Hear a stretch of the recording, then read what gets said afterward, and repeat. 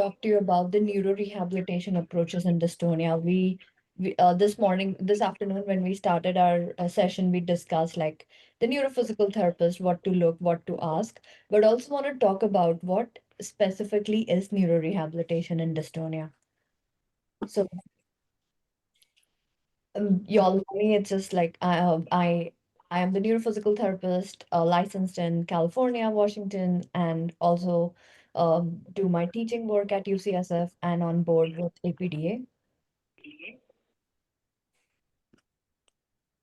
So first and foremost, it's really important that we understand dystonia. Like right now, we were just going over like the functional dystonia, but even in idiopathic or just the nature of dystonia in itself, there is a lot of network changes happening based on the emerging research study, and it just tells us there is like dystonia is a neural network disorder along with the changes, other changes happening. So there is an interplay of multiple brain structures in the brain. It just gives us the wide window to work on new novel uh, treatments, right from medical interventions to neurorehabilitation intervention. It tells us like it's not just one a specific region or changes which we are seeing, but we are seeing the changes as a whole in the network disorder. So that is something which we feel will be very helpful in the training, both in the medical and the rehabilitation side. So the other thing which I wanted to talk about is regarding the changes in the sensory motor processing. So there has been like multiple studies done, and especially the studies done by Nancy Bill. She talked about like the changes in the sensory inputs. There has been some discrepancies in the processing of the sensory input, which resulted in changes in the motor output and increase in involuntary muscle contractions. This is really important to know because that helps us understand what to look for, how to assess the sensory, visual, vestibular network changes, and look into the processing and the motor output, which which is one of the ways dystonia is manifested, right? Increase excessive movements in one direction. Also, we were briefly talking about the sensory trick. There has been a lot of evidence indicating that sensory trick can influence the brain activation, leading to improved motor command efficiency. Many times majority you have noted like you have a certain sensory trick which works and which really helps you optimize your movement, which helps you better perform the motor output. So that just tells us more in regarding like how the sensory trick works, how do they activate different parts of the brain, and how can we use it for our training purpose, like just for the neuro training purpose. So this is like a nice little uh, picture of different aspects of dystonia, sensory aspects. So the sensory trick is mainly where the sensory input helps you temporarily correct the changes in posture. So this gives a good snapshot of how the sensory trick works. Moving ahead, looking into the neurorehabilitation approaches. So it's really important that neurorehabilitation approaches is way different than just regular neuro or physical therapy approaches in this. It's mainly because we focus a lot on understanding, firstly, the motor aspect of dystonia, non-motor aspect, assessing it, looking into different treatment interventions, right from movement practice, movement training, neuromodulation, sensory reorganization, and more. So I'll just quickly go over the dystonia care program. We've been working, researching, and delivering this dystonia care program for last 3 years.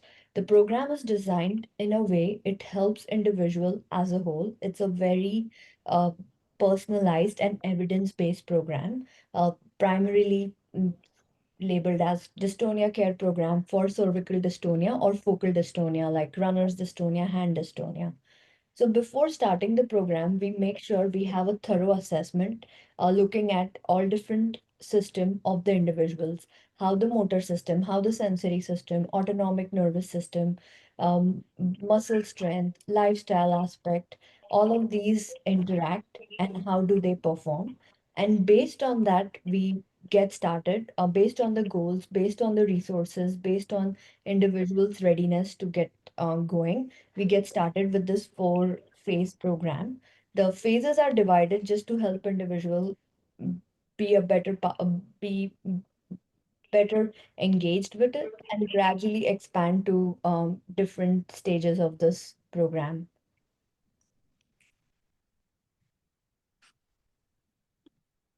Sorry, I was just trying to mute here. So, first and foremost, it's really important looking into the readiness for the change and commitment to participate in the dystonia program. We do focus a lot on the preparation by just getting a thorough assessment, standardized testing, emphasizing a lot on priming the nervous system to learn. The training the brain is the key phase where we focus a lot on sensory motor training, graded exposure, normal movement pattern training, um, gradual progression of different activities.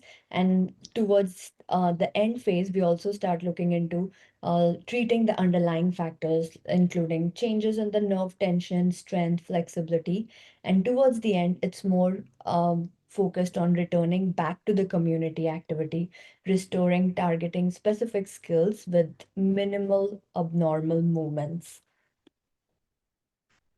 The big goal with this program is to help individuals return to the prior level of activities, decrease in involuntary movements, decrease overexcitation of the nervous system, enhance accuracy of sensory discrimination, and improve voluntary control and restore task-specific performance.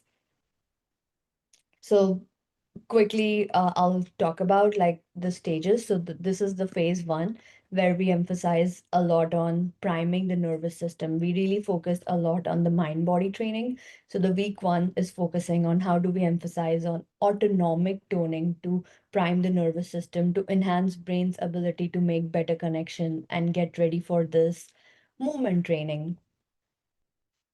Um, when it comes to imagining and integrating the phase two sensory motor training, we use wide range of approaches, tools, sensory tools, along with graded motor imagery, where we use it's like a brain-based treatment targeting different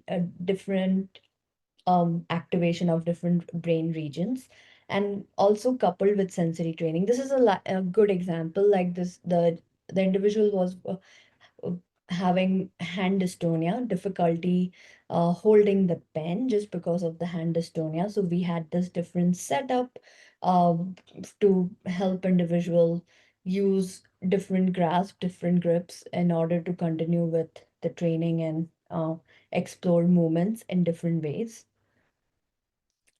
Same thing with dystonia.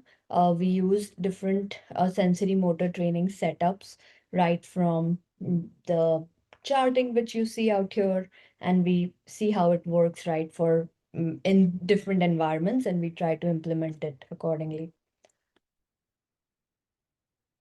Same here, changing position, emphasizing the use of functional movement, task-specific training, retraining normal movement, for hand dystonia using different mm, textures, soap, seeing how can we use different sensory cues and motor training to combine together. The end is the key important phase. Towards the end, we focus a lot on helping individuals return back to their advanced level, get them back to the community, doing community activities which they've been looking to get to, and just helping them get more independent in their daily routine. it was really fast forward. I didn't had much time, so couldn't talk more in detail, but really want to emphasize about rewiring rhythm to facilitate normal movement pattern has been the key focus of our work at Beyond Rehab. And we've been focusing a lot specifically on translating the new research, applying the clinical evidence, and creating a unique plan which helps individuals reconnect, retrain, and re-engage. Individuals in different stages with different underlying conditions have worked really hard and worked with the team, not just one individual, but worked together with the team and have had really successful outcome in better managing their condition. So there has been more and more research supporting the neurorehabilitation training in dystonia. And also, one of the questions which keeps coming, can this be provided all virtually, right? Like, because our practice is all virtually. There has been a lot of research published in the International Journal highlighting how the remote therapy is effective. And also, more and more research is coming out supporting the telerehabilitation for movement disorder patients, including dystonia and other conditions.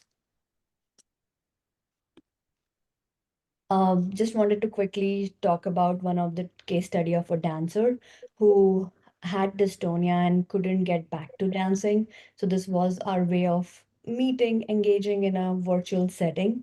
And we started during the week two in different position. We were just working on doing the motor training in lying down position on stomach. And then towards the end of week 12, the individual with the cervical dystonia, she had uh, achieved the good balance of balancing the weighted ball on the top and continuing with her dance movements. So that was the power of training, neuroplasticity, which she had achieved, and now she's back and keeping up with her routine and professional dancing career.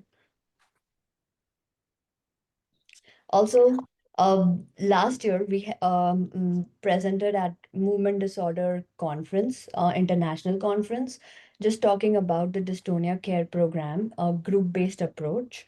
Uh, and the focus was a 4 weeks long virtual program.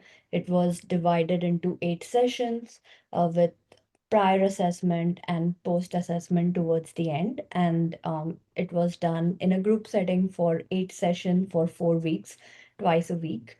And what we noted, it was funded by the National Spasmodic Torticollis Association, and there was a impact on significant improvement in quality of life, daily activities, and self-management for 8 participants for the group. Um, and the key outcomes was overall enhanced confidence in symptom management, reduced reliance on over-the-counter medication, and effective educational and physical intervention. And this was presented and discussed further. I'll really welcome you to join this 101 course. It's free for all. It just talks more in detail how the neuro rehab approaches to dystonia work. So you can sign up and learn more about it. I can also add it into the link post or just the follow-up email. So I would like you to look into dystonia differently, just as you're approaching and connecting with different therapists on understanding what the treatment looks like, what their background is, if they are the right match for you. Also, make sure like you're having an opportunity to create a tracking plan with your therapist where you're assessing your goals, tracking, communicating your goals with the other team members as well. And also make sure like when you're getting your Botox intervention, uh, the timing of the neurorehabilitation approaches is like you get to have like roughly 10 days of gap in between post Botox, and see how do you pause it and then resume it back. So make sure like combining Botox intervention is crucial, but also making sure you timely communicate so you can plan it in advance if you are getting one injections in coming months. And it's really important that you continue learning, understanding more and more about dystonia. Being a part of a team-based approach is really important, and finding new toolkits, creating your own toolkit is something which will help you very effectively self-manage your care. Thank you so much. It's been a very exciting time. There has been more and more research coming out, just supporting the dystonia practices, clinical care, and it's really effective and important to understand the power of neuroplasticity, and we're just finding ways on how do we promote it in different conditions and get you stronger and healthier. Thank you so much.